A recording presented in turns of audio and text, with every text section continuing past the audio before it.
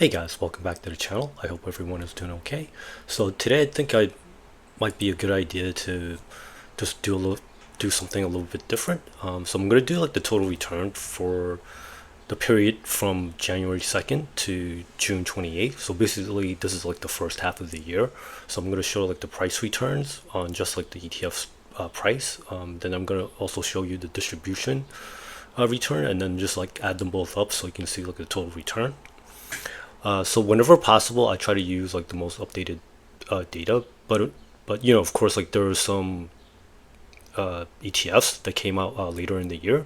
So for example, MSTY came out February 22nd. So these are like closing prices. So for example, like let's go with NVDY. So on January 2nd, you had a chance to buy it at like around $22.13, and then by the end of like June, you know, $29.31. So that gives you like a 32.44% return in terms of price. But then you also had distributions, and that came out to roughly like 38%. So you add them both up, you have like roughly a 70% return, and this is just for like the first half of the year. So good job for those that are in this one, and similarly for MSTY. So even with like the recent like pullback, you're still doing well. This is almost the same return as NVDY. So not surprisingly, you know, as I mentioned in other videos, like AI, crypto, and just general high yield option ETFs have been producing pretty good returns. But then it kind of drops off like with CONY.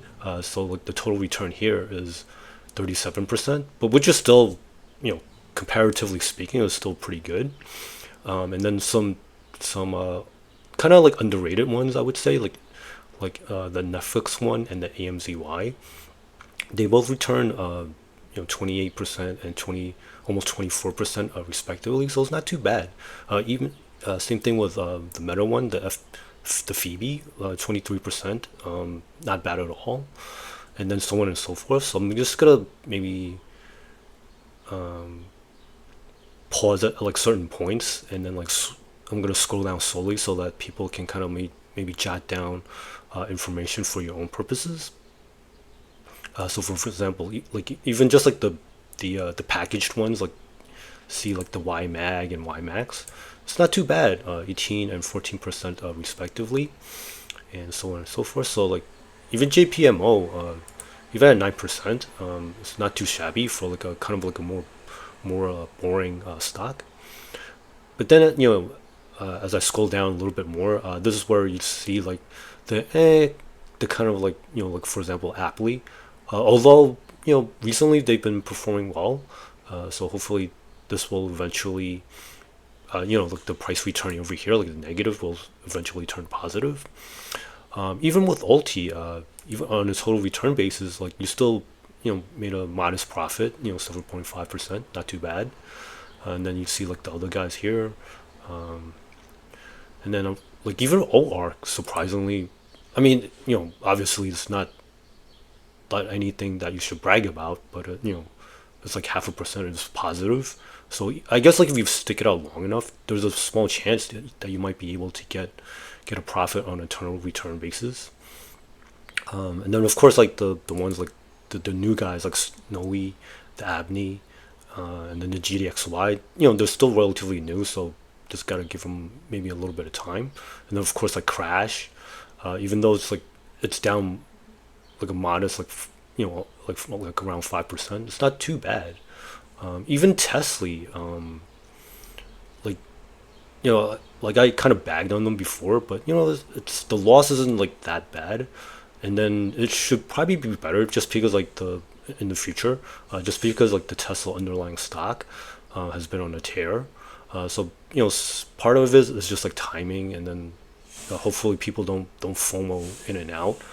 So I guess like if you are willing to kind of like smooth out the process with dollar cost averaging, you might be able to mitigate your losses, and then still maybe, and in some cases like surprisingly with OARK, you might come out with like a modest profit. So let me just like scroll down a little bit more. So hopefully everybody can see everything. So like that, you know, on average, like, and this is taking into account everything. So, you know, they unfortunately on the price return, you might suffer like a small loss. But you know, I doubt people buy like, you know, all the, you know, the yield max at the same time. So it depends on when you got in, when you got out. But overall, like the distributions, like just compensated you for some of like the I guess like whatever you want to call it, like whether you want to call it price depreciation, NAV erosion, or tourist erosion, or whatever. On average, you still come out ahead. You know, like 13.8%. Even if this was on a total annual basis, this will still be pretty respectable. But and the fact that this is just only at the like the first half, and hopefully you know the second half will also be just as good. You know, you're looking at like almost like high 20% return, and that's, you know, I would say that's pretty good. And then in terms of winner, you know, there's only 8 that they came out ahead on in terms of like a price return, and then a 24 so far. You had like, you know, some nice winners, and then on a total return basis, like 22 of these funds did well. And then 19 unfortunately were losers in terms of like price. But then on the distribution level, you didn't actually lose money. And then and again, only 5 of these, like these guys over here, were like losers on a total return basis.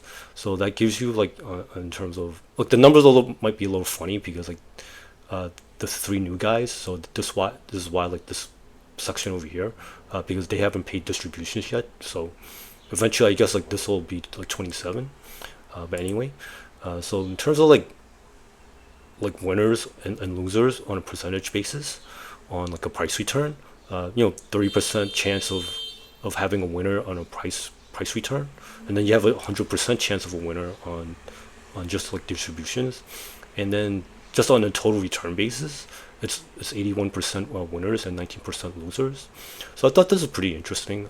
So you still have a, like, even I guess like if you throw a dart, you know, you put like the different ticker symbols on a wall, you throw a dart, you know, you have a roughly 80% chance of winning on a total return basis.